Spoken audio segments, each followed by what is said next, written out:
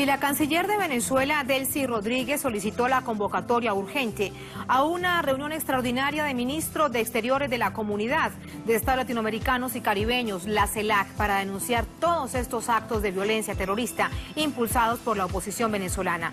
También durante esta jornada, en el occidental estado Falcón, se realizó una multitudinaria marcha bolivariana. Tenemos los hechos.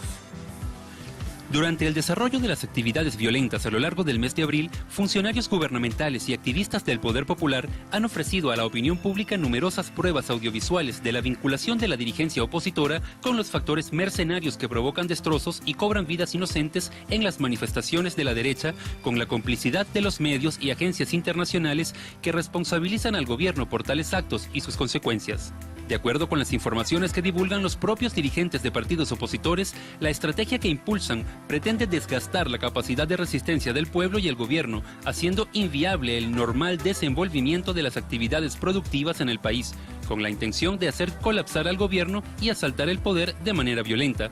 Este martes, en un acto de masas, el dirigente revolucionario Diosdado Cabello explicó a los manifestantes que la derecha requiere hacerse con el poder político en Venezuela violentamente, porque las vías constitucionales no les permitirían entregar los recursos del país al imperio norteamericano. Los grandes medios de comunicación, sobre todo fuera de Venezuela, titulan diciendo que son muertes en protestas en contra del presidente Nicolás Maduro. ¿Qué es lo que se debe decir con respecto a estos hechos? Bueno, creo que es importante, Paola, explicarle al mundo entero, ¿no?, de que no se tratan de simples manifestaciones pacíficas o protestas, sino que realmente han degenerado en actos terroristas. Porque no se puede llamar protesta o manifestar, disparar, ¿no?, desde edificios, disparo certero a la cabeza de ciudadanos venezolanos, ciudadanas venezolanas, que como el mundo conoce, han caído y han sido asesinados por francotiradores, por hombres pagados por los partidos Voluntad Popular, Primero Justicia, como se ha venido demostrando, como son los testimonios que han aportado quienes han sido capturados, ¿no?, en estos actos. Y por eso es importante que el mundo entero sepa que lo que ha venido ocurriendo en Venezuela, después fundamentalmente del 19 de abril, donde realmente se desbordó Caracas por los cuatro costados de pueblo chavista, de pueblo entusiasta, de un pueblo que reafirma su convicción de paz y de respeto a la Constitución, lo que ha traído como consecuencia es que ahora se dedican a actos foquistas. Allí dirigen las acciones estos dirigentes de la extrema derecha venezolana y se han cometido cualquier cantidad de desafueros, de toda esta locura, de esta irracionalidad que han convocado los sectores de extrema derecha, que es bueno que el mundo sepa. Toda esta actitud, sin lugar a duda, de rasgos fascistoides y facha, son las que han venido desarrollándose en el país. No se tratan de manifestaciones pacíficas para nada, sino de actos terroristas que deben ser condenados por el mundo entero. Fíjate que es tan grave. Pero no lo hacen, diputado, no se condena a nivel internacional. De hecho, por eso es que la canciller, a través de Telesur lo hemos contado también, está llamando a una reunión urgente de la CELAC, pero de otro lado, 16 naciones están llamando a una reunión urgente de cancilleres de la OEA. Bueno, a esas 16 naciones les decimos, Paola, que aquí, digamos, tan brutal es la agresión, son los actos de terrorismo que se cometen en Venezuela, que inclusive estos grupos terroristas de la oposición venezolana han violado, ¿no?, tratados internacionales humanitarios, donde prácticamente se prohíbe en una situación de guerra atentar contra centros de salud, ¿no? Qué lamentable, por ejemplo, como el presidente de Colombia exprese preocupación por la militarización de Venezuela cuando en su país hay 7 bases militares y le ha entregado la soberanía de Colombia a los Estados Unidos para que hagan lo que les dé la gana. ¿Será, diputado, que no entendió, le informaron mal o es intencional lo que el presidente Santos dijo? Mira, yo no creo que a estas alturas, ¿no?, sea malintencionado. Yo creo que hay una actitud, una posición clara de la oligarquía colombiana de prestarse para arremeter contra nuestro país, y así lo denunciamos. No ¿Usted cree posible, que la plataforma para esa posible intervención será Colombia? Sin lugar a dudas que Colombia jugará un papel fundamental en América Latina. Es el lamentable y triste papel que en Israel Estados Unidos le ha encomendado a ese país para arremeter y agredir al resto de los países árabes. Aquí, lamentablemente, Colombia, que es firmante de la OTAN, ¿no?, que prácticamente entregó su país. Eso es lo que quiere, ser parte de la OTAN. Claro, entregó su país, el que se pretenda, ¿no?, manipular la verdad de lo que está ocurriendo en el país. Esto que han venido declarando por las redes sociales, esto que han venido estimulando el odio, ¿no?, que han venido inyectándoselo a una generación fascista que se ha venido formando al calor del odio, ¿no?, de la rabia, del resentimiento, ¿no?, de estos pseudodirigentes que han utilizado medios de comunicación, todas las redes sociales, para programar, ¿no?, a sus seguidores, para que desconozcan el gobierno, para que intenten derrocar al gobierno, para que creen toda esta estructura de odio, ¿no?, de provocar, inclusive de llamar a la horca, a asesinar, a perseguir chavistas. Yo creo que realmente eso no puede ser entendido por la comunidad internacional y por el mundo entero como una protesta pacífica. No, aquí hay una clara intención terrorista y que además está siendo acompañada, silenciada en este caso, por algunos voceros internacionales, como conocemos la posición lamentable del secretario general de la OEA. ¿Usted cree, como lo dicen expertos a nivel internacional, que aprovechan como una oportunidad para construir una cortina de humo sobre sus países y qué mejor hablar de otra cosa que no les interesa a sus conciudadanos? Seguramente, yo creo que se ha, digamos, expresado en una gran magnitud. Se ha extralimitado lo que es el tema venezolano, ¿no? Hasta fue tema en las elecciones en Francia, en Europa, imagínate tú, ¿no? Fue preocupación o parte de la agenda electoral el caso de Venezuela. Y eso tiene que ver realmente con la situación que ocurre en esos países, ¿no? El caso de Colombia, hemos dicho, ¿no? Bueno, aquí hay casi 6 millones de colombianos en Venezuela que le huyeron a la guerra, que le huyeron a la situación de irrespeto a los derechos humanos que hay en Colombia, ¿no? Que bueno, que se ha venido gestando todo digamos, un Estado, ¿no?, un narcoestado, un paraestado, encabezado en su momento por Álvaro Uribe Vélez, que por cierto es uno de los forma parte de la lista de los más buscados, ¿no?, capos de la DEA, creo que es el número 82, no recuerdo, 120, por ahí está, ¿no?, como de los más buscados en el mundo por ser un gran narcotraficante. Allí está dirigiendo las operaciones contra Venezuela.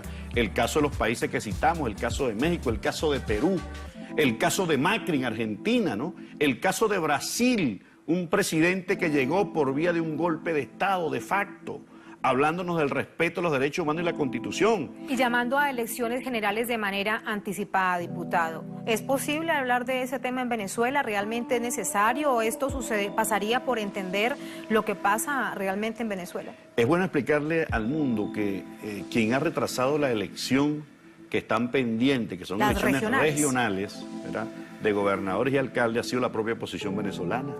En términos internos, el gobierno, a través del presidente Maduro, en múltiples oportunidades dice, extiendo la mano para que dialoguemos. Pero con nombres propios, si usted le dicen, por ejemplo, en este momento, vamos a dialogar, ¿con quién de la oposición realmente podrían hacerlo? Mira, yo creo que me llevaría mucho tiempo pensar, porque es que no creo que en la actual dirigencia opositora, que está más interesada en derrocar y tumbar al gobierno, en provocar actos de terrorismo, creo que en esa dirigencia opositora no existe ni el espíritu ni la vocación de dialogar. Ojalá y surja una oposición democrática. Sería interesante para todos nosotros. Nos encontramos justamente aquí en una de las entradas del Palacio Presidencial de Miraflores en Caracas, donde ya están terminando de entrar los últimos representantes de la clase obrera, que desde tempranas horas de la mañana se reunieron en la Plaza Bolívar de Caracas, aquí a pocos centenares de metros, para entonces un encuentro para respaldar tanto al gobierno de Nicolás Maduro, tanto a las diferentes medidas que a lo largo de 18 años de revolución han apoyado la clase obrera, han reivindicado la clase obrera y ahora tienen la tarea de dar el gran salto, transformar entonces, convertir a Venezuela de un país rentista a un país nuevo, un país potencia productiva. Entonces, transformar completamente el modelo económico heredado desde la época de la Cuarta República. Y justamente por eso se reunieron aquí entonces los obreros el día de hoy. Como tú bien decías, Lucía, se reunirán a las 4 con el presidente de la República, Nicolás Maduro, para esta nueva sesión del Congreso de la Patria, capítulo clase obrera. ¿Qué es esto en pocas palabras? Más que todo para los que nos escuchan afuera de la frontera. Significa un encuentro entre gobierno y sector productivo, entonces, para buscar conjuntamente, de manera conjunta, soluciones a la coyuntura económica del país. Soluciones, importante destacarlo, que llegan desde abajo. Son los mismos obreros, las mismas obreras que presentarán sus propuestas al gobierno nacional para entonces buscar sacar adelante el país. Además de un respaldo al gobierno bolivariano, a sus diferentes medidas, el encuentro de hoy es también un respaldo a la paz. Así nos decían los representantes de la clase obrera esta mañana, una paz que es amenazada por la violencia que en las últimas semanas se ha desatado en diferentes localidades de Venezuela y que amenaza no exclusivamente la actividad económica, comercial, productiva del país, sino también la vida misma. Recordemos que justo esta mañana hablaba la fiscal general de la República, dando entonces un balance de la violencia hasta ahora. Son 26 las personas que ya fallecieron en el marco de estas protestas promovidas por sectores de la oposición venezolana. 26 fallecidos, además de 437 personas lesionadas. Entonces, un balance crítico, un balance trágico al que la clase obrera dice no. Nosotros apostamos a la paz y llamamos además a la clase opositora a sumarse al diálogo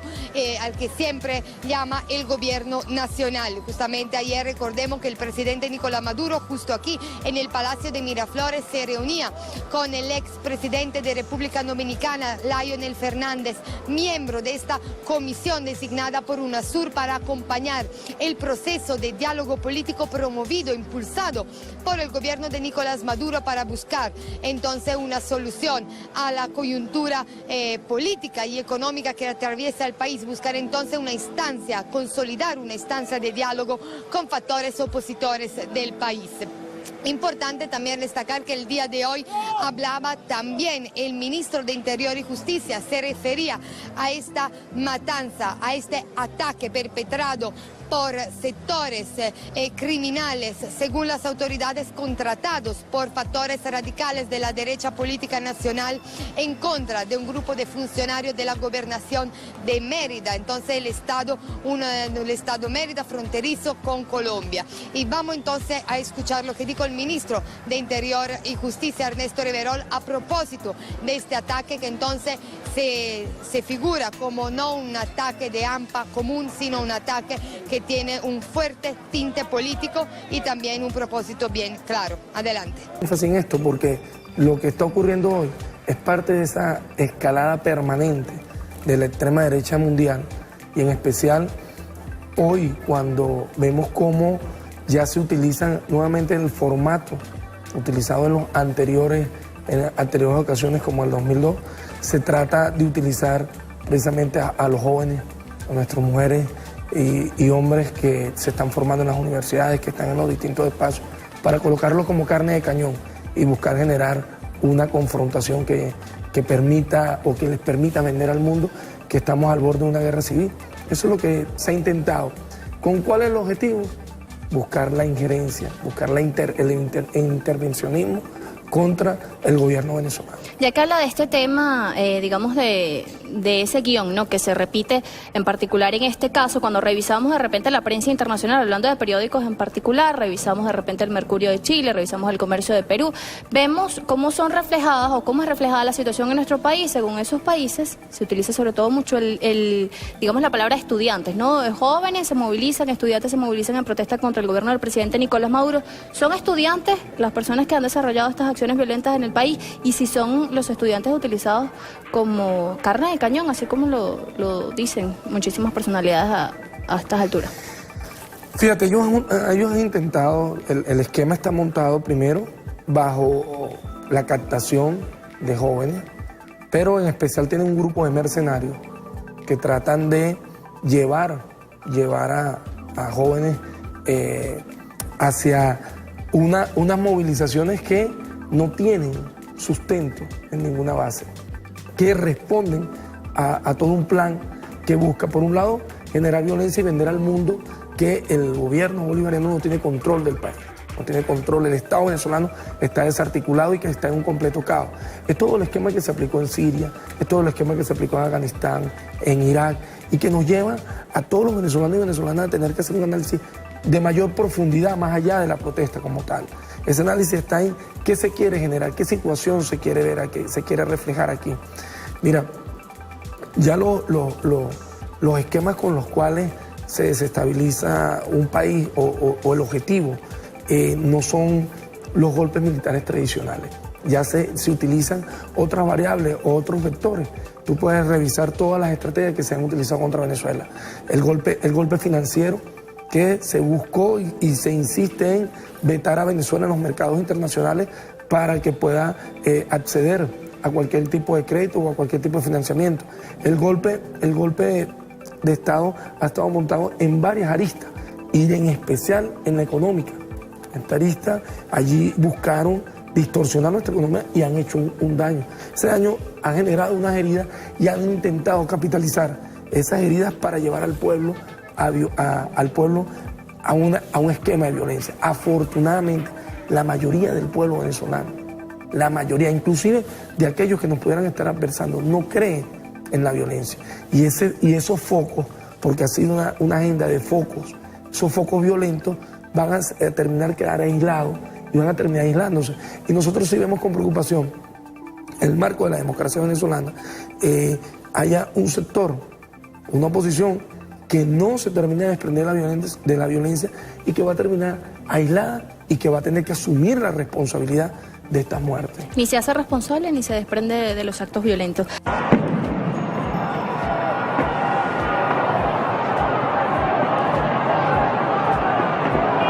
Vean el sentido que hay.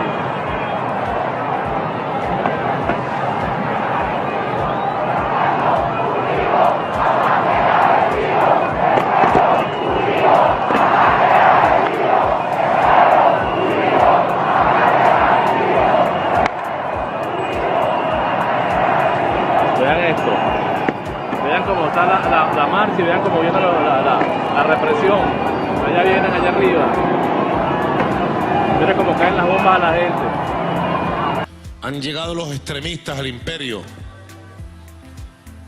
Y esta derecha, dependiente totalmente del imperio estadounidense, le dieron la luz verde para toda la clase de locura que quisieran. A todos les va a llegar su día, con la justicia y la Constitución. Más temprano que tarde, quemado. Almacenes, lugares, han ido objetivamente a quemar para destruir los CLAP, estos terroristas de la derecha fascista, estimulando el odio contra el pueblo. Estimulando el odio contra el pueblo. Y nosotros debemos seguir perseverando con mucha fuerza, con mucho amor, con la unión de la clase obrera y la unión del pueblo. Por eso es tan importante esta reunión. Y yo les pido a ustedes que nos pongamos de pie para juramentar al Estado Mayor de la clase obrera, con un gran aplauso a recibirlo. Y este Estado Mayor tiene que tener características funcionales, disciplina, actividad diaria y presentarme resultados diarios del trabajo que se hace.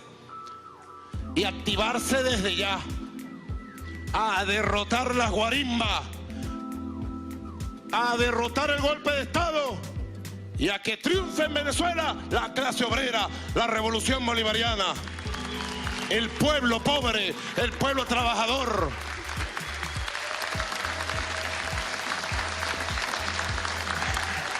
El Estado Mayor va a tener un jefe y yo les pido a ustedes que lo acepten.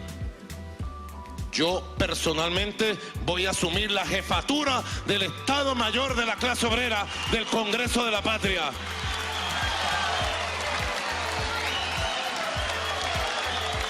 Soy militante de la causa de la clase obrera y yo mismo la asumo. Aquellos que tienen de acuerdo, levantar la mano en el Congreso de la Patria. Aquellos que estén en desacuerdo. Aprobado. Asumo la jefatura del Estado Mayor de la clase obrera. Designo un secretariado ejecutivo conformado por los compañeros Jesús Martínez, Juan Arias,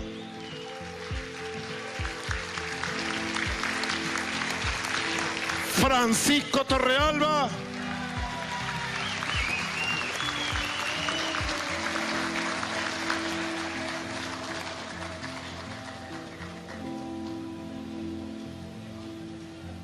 un secretario ejecutivo que me apoye, me asista y coordine, que esté las 24 horas del día activado. Eso no es que nos vemos el próximo mes, no, así no sirve.